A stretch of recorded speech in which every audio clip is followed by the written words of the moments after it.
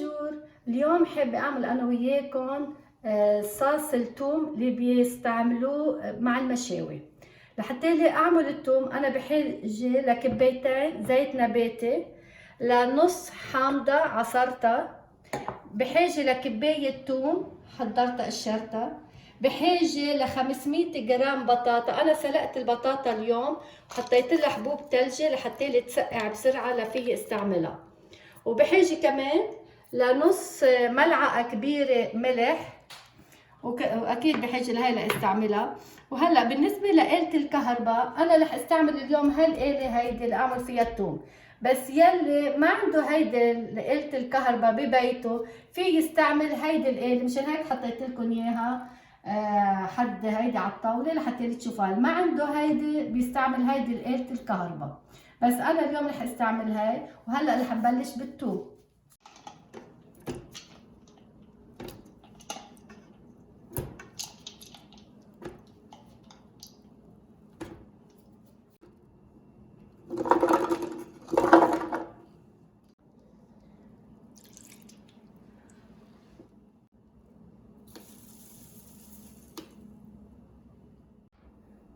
هلا من بعد ما حطيت كل المكونات مع بعضهم بدي دورها شوي لحتى ينعم الثوم مع البطاطا.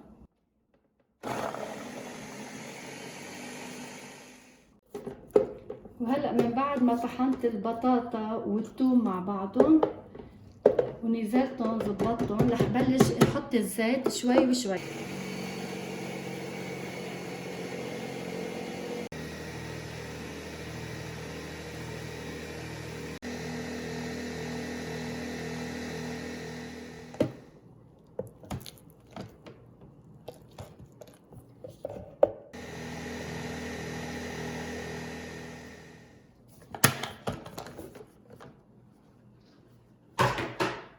واو، طلعت مثل كريمة الجاتو.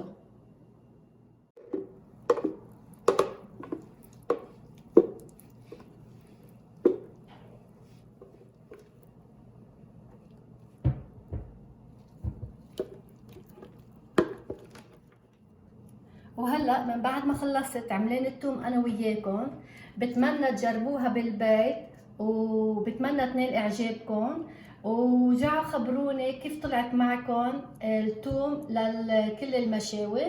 وكمان بحب انه تضغطوا على الجرس سبسكرايب، وهيك بنكون فريند. وكمان كل نوع كل وصفة اكل بعملها وبنزلها على اليوتيوب ساعتها بتوصلكم اذا عملتوا اشتراك معي.